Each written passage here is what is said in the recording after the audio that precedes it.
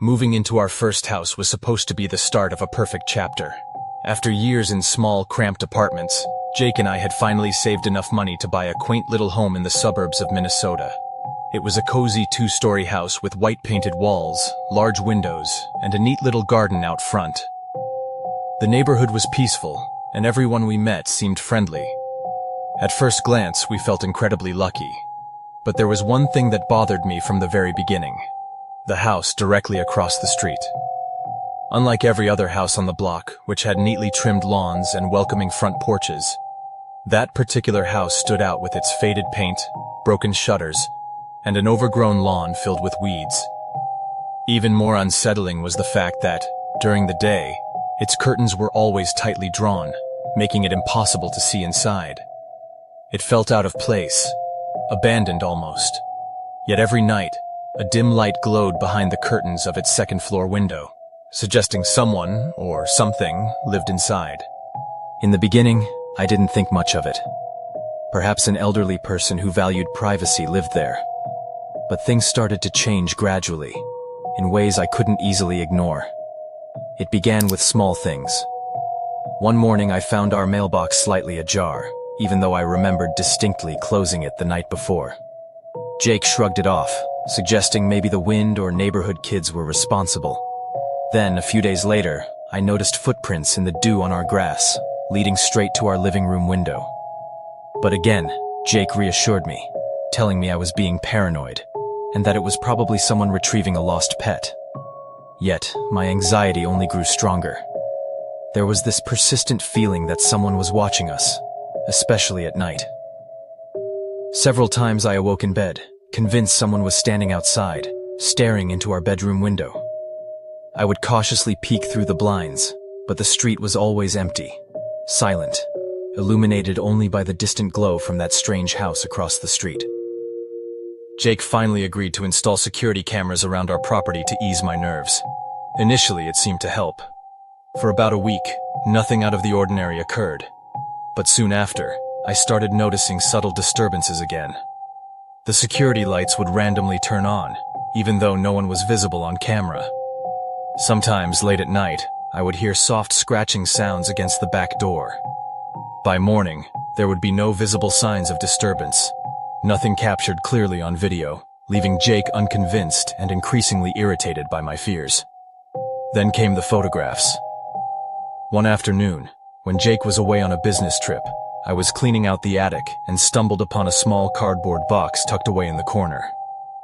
Curious, I opened it and nearly dropped it in shock. Inside were photographs, dozens of them. Each photo showed our house, taken from the street, from different angles, at different times of day. But what made my blood run cold was that the photos were recent. Very recent.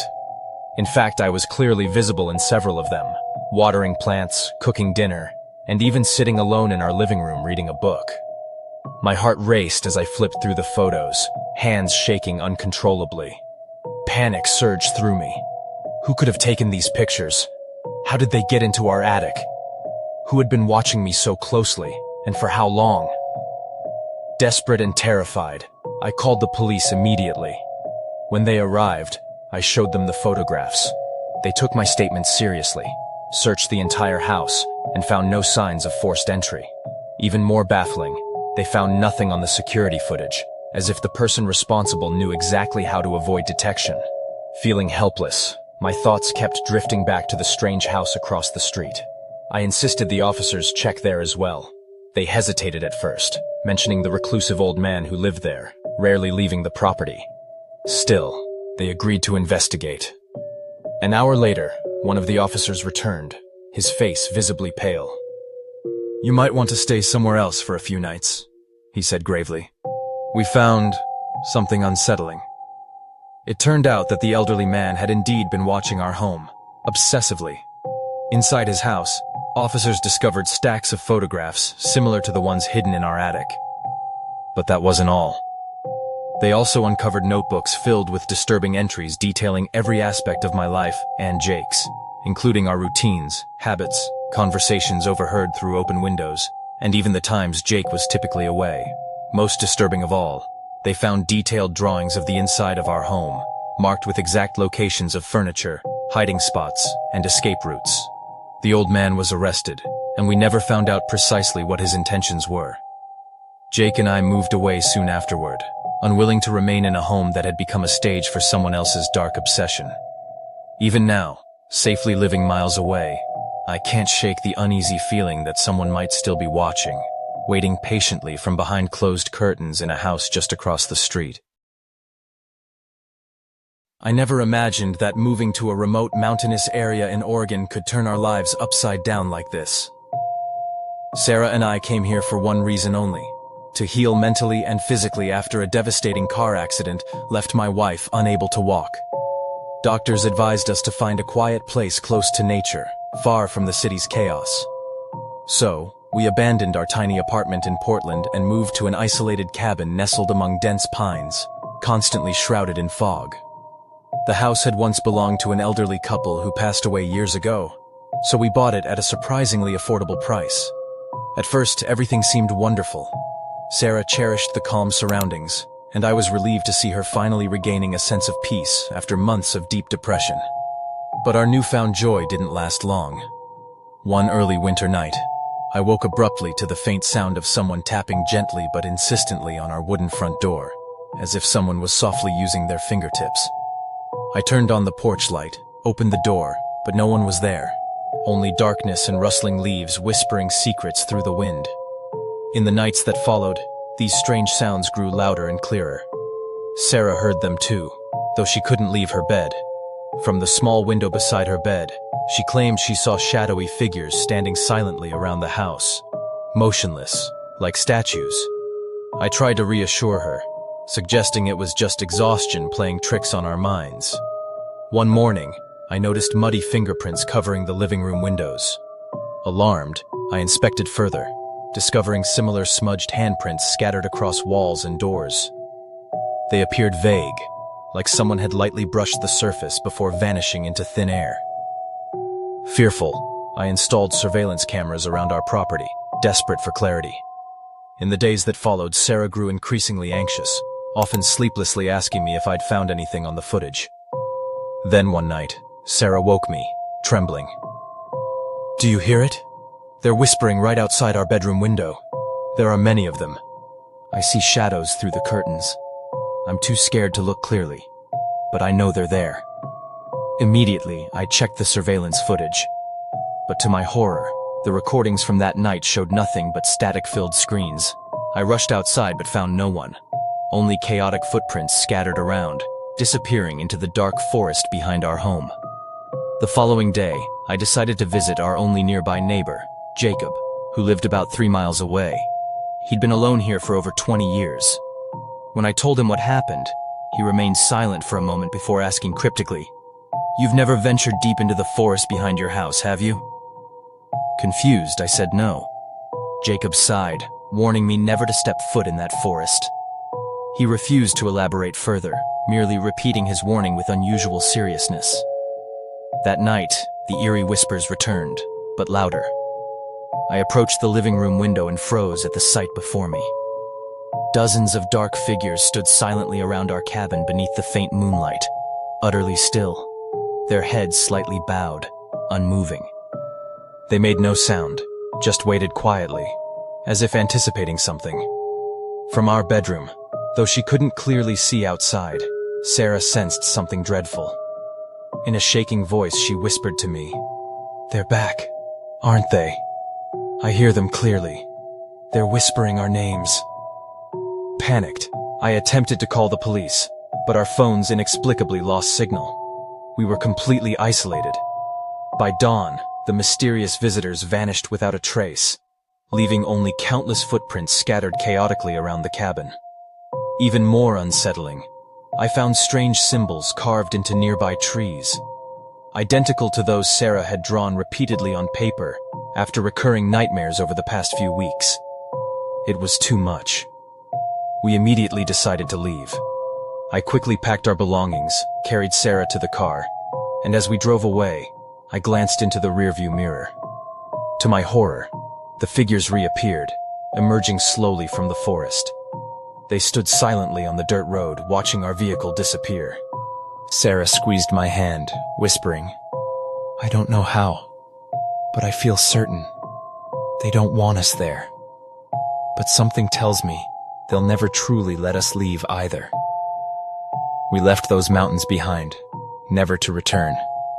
But even now, whenever night falls, I remain haunted by the memory of silent figures standing outside our home, those whispers echoing from the darkness, and the chilling truth that I may never truly understand who they were or what they wanted from us. It all started when I moved into my new house. I had just relocated to a small, quiet town, looking for a fresh start. My last city had been too loud, too crowded, too suffocating. I wanted space, silence, and a place where I wouldn't be bothered. And I found it. A modest house at the edge of town, right where the forest began. It wasn't big, but it was mine. The price was surprisingly low, but the realtor assured me it was only because of its remote location. That first week was peaceful. I spent my time settling in, unpacking boxes, and taking in the fresh, crisp air. Then, on the 6th night, I saw them. It was raining hard, the kind of rain that pounds against the windows, leaving streaks on the glass. I had nothing to do but sit in front of the TV and enjoy the storm outside. Around 11 p.m., I got up to get some water. As I passed by the kitchen window, I saw someone standing in my backyard. I froze. The streetlight illuminated a figure standing right by the fence. No umbrella, no raincoat. Just standing there, head lowered, letting the rain pour over him. I blinked. He was still there. A chill ran down my spine. I didn't know anyone here. There was no reason for someone to be outside my house at this hour, in the middle of a storm. I quickly turned off the kitchen light. When the darkness settled, I looked out again. The figure had turned to face me. I couldn't see his face, even though the streetlight was right there. Even though my eyes strained to focus, I couldn't make out a face. It was just a blurred emptiness where a face should be. I went rigid. Then, he smiled. There was no sound, but I could see his jaw moving. A grin stretching impossibly wide, so wide that I wasn't even sure if it was human. I turned and ran up to my bedroom, locking the door and pulling the curtains shut. I didn't sleep. I sat on my bed, gripping my phone, waiting for footsteps, knocking, or anything. But nothing came. Only the rain. And then, I heard laughter, soft laughter, swallowed by the sound of rain. A distorted, high-pitched noise, but not the kind of laughter a person should make. I didn't sleep that night. The next morning, I gathered the courage to check the backyard. Nothing was there. No one. Not even footprints in the wet ground. I convinced myself I had imagined it. My mind playing tricks on me after a long day. But the next night he came back, standing in the same spot, under the rain. But this time, he wasn't alone. There were 4 more people standing with him, all with their heads lowered, motionless. No umbrellas, no raincoats. Panic tightened around me. What were they doing? Should I call the police? What would I even tell them? As I hesitated, all 5 of them raised their heads, staring at me. Then they started laughing. No sound. Just those distorted, gaping mouths moving under the rain. I turned on the lights, but when I looked back, they were gone. I never slept again. The next morning, I called my friend and told him about it. He laughed, saying it was probably just some pranksters. I wanted to believe that, but on the 3rd night, they stood right in front of my house. 5 figures, pressed against my glass doors, heads down, motionless. I couldn't breathe. I couldn't move. I couldn't blink. And then they raised their hands and knocked on the glass. Tap, tap, tap. Not hard, not frantic, just gentle, rhythmic knocking. I couldn't take it anymore. I grabbed my phone and called the police. I don't remember what I said. I just know that when I looked back, they were gone. But this time, they left behind footprints on the wet porch. The police came, checked the area, but found no one. They left me with a vague warning to be careful. I wanted to move out immediately, but I didn't have the money. I couldn't just run away. That night I locked every door I could. I pushed furniture against the glass doors, pulled the curtains tightly shut. But at around 2 a.m., I heard footsteps inside my house. They were inside with me. I don't know how I survived that night. I just remember locking myself in the closet, gripping a knife, my heart hammering against my ribs. I didn't sleep. I didn't dare. The next morning, I left everything behind. I didn't lock the doors. I didn't pack. I just grabbed a few essentials, threw them into my car, and drove away, never looking back. I didn't care where I was going. I just knew one thing. I had to get out of there.